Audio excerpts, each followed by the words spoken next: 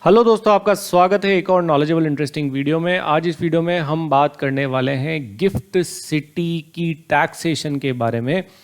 आज मैं आपको ये बताने वाला हूँ इस वीडियो में कि जो गिफ्ट सिटी है, जो कि एक आईएफएससी है इंडिया में। आईएफएससी मतलब इंटरनेशनल फाइनेंशियल सर्विस सेंटर, जो कि आप कह सकते हैं कि एक तरीके का स्पेशल इकोनॉमिक जोन है।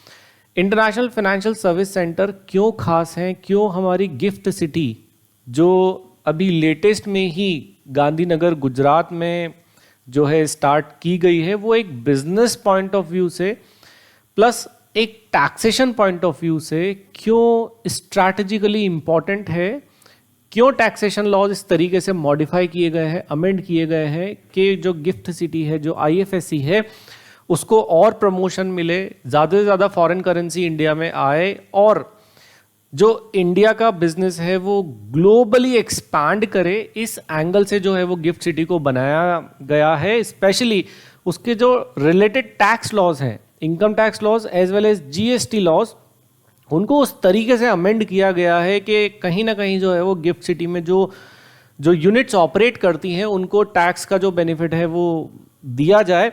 यहाँ पे एक चीज़ है जो हम पढ़ते आ रहे हैं, जो कि गिफ्ट सिटी के साथ भी बहुत सटीक बैठती है, that we have to export the goods and the services but not the taxes.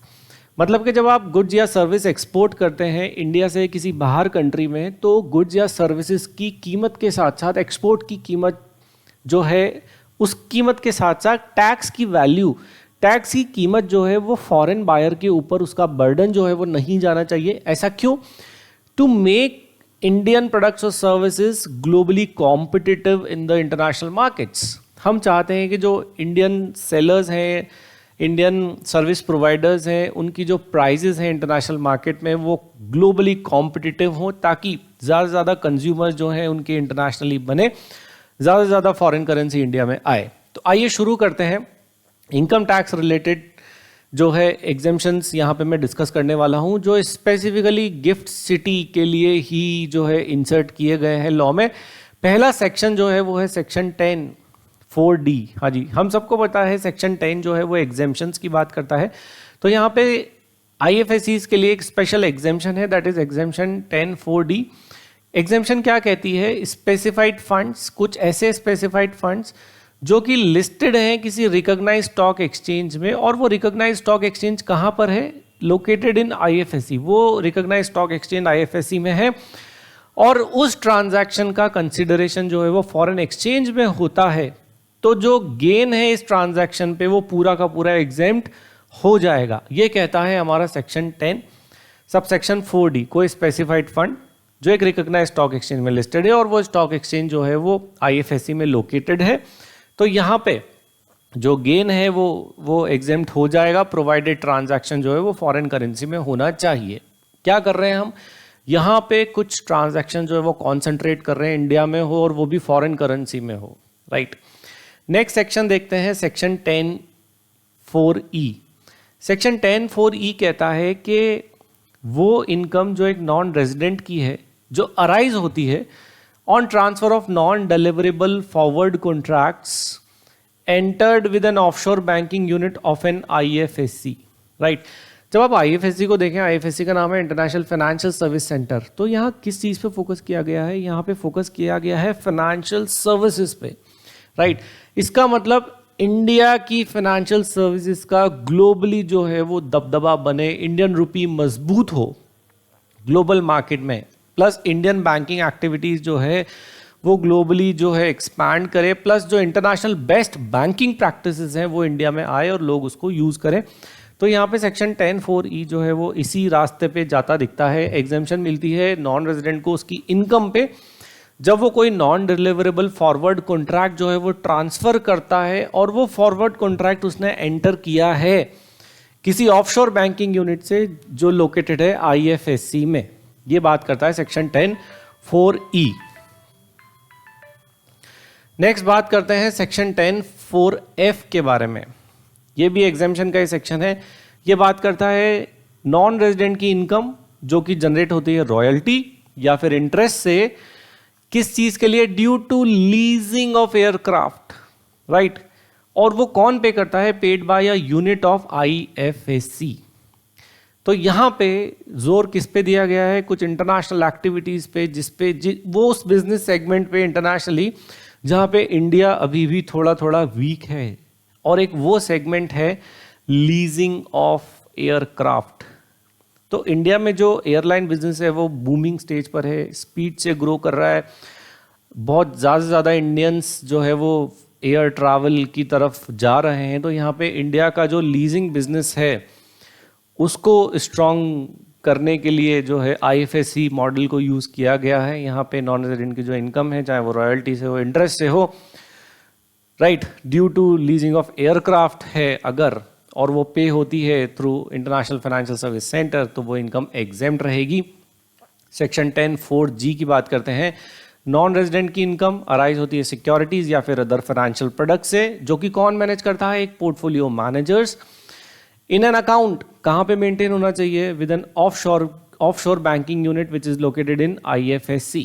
मतलब कि एक ऑफशोर बैंकिंग यूनिट है IFSC की, वहाँ पे कुछ शेयर ट्रांजैक्शंस होती हैं जो कि मैनेज करते हैं पोर्टफोलियो मैनेजर्स। किसकी? नॉन रेजिडेंट की। अगर उसकी कोई इनकम है इन सिक्योरिटीज़ और फाइनेंशियल प्रोडक्ट्स को बेचने वे, तो यहाँ पर टैक्स में एग्जेम्पशन दी गई है। सेक्शन 10(4)(h) की बात करते हैं। किसकी इनकम? नॉन रेजिडेंट की इनकम या फिर यूनिट ऑफ IFSC की income on sale of domestic company in IFSC engage in the business of leasing of aircraft. इसका मतलब 2 कंपनीज है IFSC में, राइट। अब उन एक कंपनी जो है वो कुछ अपनी सब्सिडरी या खुद को बेचती है दूसरी कंपनी को IFSC की, और दोनों जो हैं वो एयरक्राफ्ट लीजिंग के बिजनेस में एंगेज हैं। तो जो भी कैपिटल गेन राइज होगा ऑन सच ट्रांजैक्शन, वो यहाँ पर सेक्शन 10(4)(h) में जो है वो एग्जेम्प्ट रहेगा। सेक्शन 10(34)(b) की बात करते हैं। Dividend income receive by a unit of IFSC from a company in IFSC provided both the companies in the business of leasing of aircraft, right. एक कंपनी है जिसने होल्डिंग ले रखी है शेयर्स की दूसरी कंपनी की, दोनों कंपनियां IFSC में लोकेटेड है, दोनों कंपनीज बिजनेस करती हैं एयरक्राफ्ट लीजिंग का। तो एक कंपनी जब दूसरी कंपनी को डिविडेंड पे करेगी तो वो डिविडेंड जो है वो पूरा एग्जेम्प्ट होगा as per section 10(34)(b). Section 10(38) जो है वो बात करता है कैपिटल गेन एग्जेम्पशन की। अगर एक रिकॉग्नाइज स्टॉक एक्सचेंज के थ्रू एग्जीक्यूट हुई है और इस ट्रांजैक्शन पर सिक्योरिटी ट्रांजैक्शन टैक्स दिया गया है, तो यहाँ पे एग्जेम्पशन मिलती है। बट यहाँ पे एक कंडीशन जो है वो IFSC यूनिट्स के लिए हमने हटा दी है कि अगर कैपिटल गेन ट्रांजैक्शन होती है रिकॉग्नाइज स्टॉक एक्सचेंज पे जो IFSC में लोकेटेड है, यहाँ पे एग्जेम्पशन मिल जाएगी अगर सिक्योरिटीज ट्रांजैक्शन टैक्स जो है वो नहीं लगेगा तो भी। सेक्शन 10(38) की एग्जेम्पशन ये बात करती है, exemption of capital gain even if the transaction executed without, this is without securities transaction tax in IFSC when consideration of transaction is payable in foreign exchange, right. तो फॉरेन एक्सचेंज पे जोर दिया गया है। अगर कंसिडरेशन जो है वो ट्रांजैक्शन का फॉरेन एक्सचेंज में होगा तो सिक्योरिटी ट्रांजैक्शन टैक्स अगर एग्जीक्यूट पे नहीं भी हुआ है तो भी यहाँ पर सेक्शन 10(38) कैपिटल गेन की एग्जेम्पशन जो है वो मिलेगी। सेक्शन 80(LA) ये बात करता है डिडक्शंस की। सेक्शन 80(LA) कहता है deduction of 100% of profits for 10 years out of 15 years for units of IFSC। देखिए कितना बढ़िया बेनिफिट है। 15 साल के ब्लॉक में से 10 years तक IFSC की यूनिट्स को 100% डिडक्शन है उनके प्रॉफिट्स पे, 100% डिडक्शंस, राइट। तो आप समझ सकते हैं कि गवर्नमेंट के लिए, हम सब के लिए, अगर हमको एक बड़ी इकोनॉमी बनना है तो ये सेक्शंस कितने इम्पॉर्टेंट हैं और कितने ज़्यादा थॉटफुली डिज़ाइन किए गए हैं कि जो गिफ्ट सिटी बनी है विच इज़ एन IFSC, तो वहाँ पे जो यूनिट्स हैं उस गिफ्ट सिटी के अंदर में जो इंटरनेशनली मार्केट में ऑपरेट करती हैं उनको जो है उनके प्रॉफिट्स पर जो है हम टैक्स ना लें, इसकी बात करता है सेक्शन 80(LA). 1 साल या 2 साल नहीं, कितने सालों तक? 10 सालों तक। 15 साल में से 10 साल तक डिडक्शन मिलेगी प्रॉफिट्स में से। नेक्स्ट और लास्ट सेक्शन है सेक्शन 115(j)(B) जो मैट की बात करता है। वो यूनिट्स जो IFSC में लोकेटेड हैं उनके लिए रिड्यूस्ड मैट की रेट जो है प्रिस्क्राइब की गई है, दैट इज 9%।